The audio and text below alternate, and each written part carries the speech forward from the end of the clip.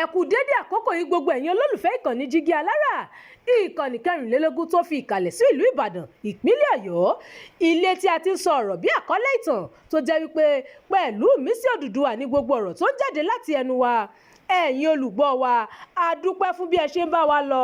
Ojú tẹ́ fi ń wò wá kò ní fọ́, bẹ́ẹ̀ sì ni etí tẹ́ fi ń gbọ́ wa kò ní di tẹ́ ń náwó sí láéláé. Abdulkareem Nimat ni oníròyìn yìí. Mo ti foríjì gbogbo àwọn tó ṣe búburú sí mi. Gómìnà Adeleke ṣàlàyé ọ̀rọ̀ lẹ́yìn tí gómìnà ìpínlẹ̀ Ọ̀ṣun Adémọ́lá Adeleke ti jáwé olúborí fún sáà kejì pẹ̀lú gbogbo rògbòdìyàn tó kojú kí ìbò náà tó dé. Ìmọ́lẹ̀ tún ṣe bí wọ́n ṣe máa ń ṣe pé òun ti foríjì gbogbo àwọn tó ṣe búburú sí òun lásìkò náà. Gómìnà Adeleke sọ̀rọ̀ yìí lónìí ọjọ́rú ọjọ́ 19 oṣù kẹjọ ọdún 2026 yìí lásìkò tó tẹ́wọ́ gba ìwé àṣẹ mọ̀yege lẹ́lẹ́kejì lọ́wọ́ àjọ elétò ìdìbò ìpínlẹ̀ Ọ̀ṣun. Ní òní ni inú mi dùn jùlọ, mo tẹ́wọ́ gba ìwé mọ̀yege fún ipò gómìnà Ọ̀ṣun lẹ́lẹ́kejì.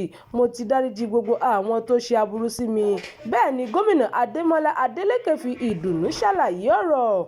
Ní ìtẹ̀síwájú ọ̀rọ̀ rẹ̀, Adémọ́lá Adeleke ṣàlàyé ìjì tó jà bí àwọn ẹgbẹ́ òṣèlú alátakò ti sa gbogbo ipá wọn láti rí i pé ìdìbò náà kò kẹ́sì járí. Ó sọ nípa bí wọ́n ṣe wá gbogbo ọ̀nà tí òun yóò fi lulẹ̀ nínú ìdìbò tó wáyé lọ́jọ́ 15 oṣù kẹjọ ọdún 2026 yìí, àmọ́ tí Ọlọ́run fi àjùlọ hàn wọ́n. Mo dúpẹ́ púpọ̀ lọ́wọ́ gbogbo àwọn olùgbé ìpínlẹ̀ Ọ̀ṣun fún àtìlẹ́yìn tí wọ́n ṣe fún mi láti rí i dájú pé mo jáwé olúborí nínú ìdìbò náà.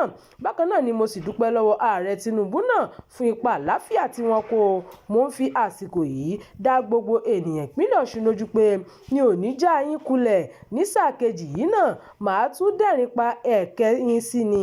Bẹ́ẹ̀ ni gómìnà Adémọ́lá Adeleke wí, ó fi kún ọ̀rọ̀ rẹ̀ pé àwọn òṣìṣẹ́ ìjọba Ọ̀ṣun pàápàá yóò kún fún ayọ̀ ní sáà kejì yìí nítorí òun yóò mú tiwọn rò sí nínú ọ̀rọ̀ tí kọmíṣánná àjọ elétò ìdìbò INEC lọ́sùn Olúwatóyìn Babalọ́lá sọ níbi ètò tí gómìnà ti gba ìwé ẹ̀rí mọ̀yege náà ló ti fi ẹ̀mí ìmoore hàn sí bí ètò ìdìbò náà ṣe lọ ní àlàáfíà.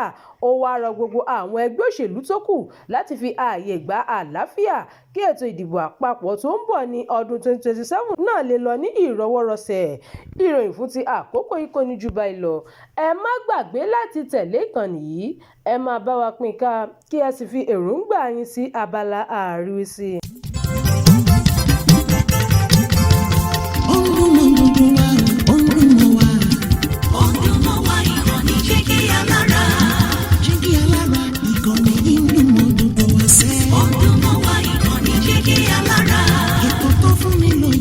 Ètò tó wà ní lọ́yẹ̀ wà ń bẹ̀. Ọdún mọ́ wá ìkànnì Jígí Alára. Ìròyìn lóríṣiríṣi tàbí mọ bó ṣe ń lọ láwùjọ. Ọdún mọ́ wá ìkànnì Jígí Alára. Ìkànnì Jígí Alára. Jígí Alára.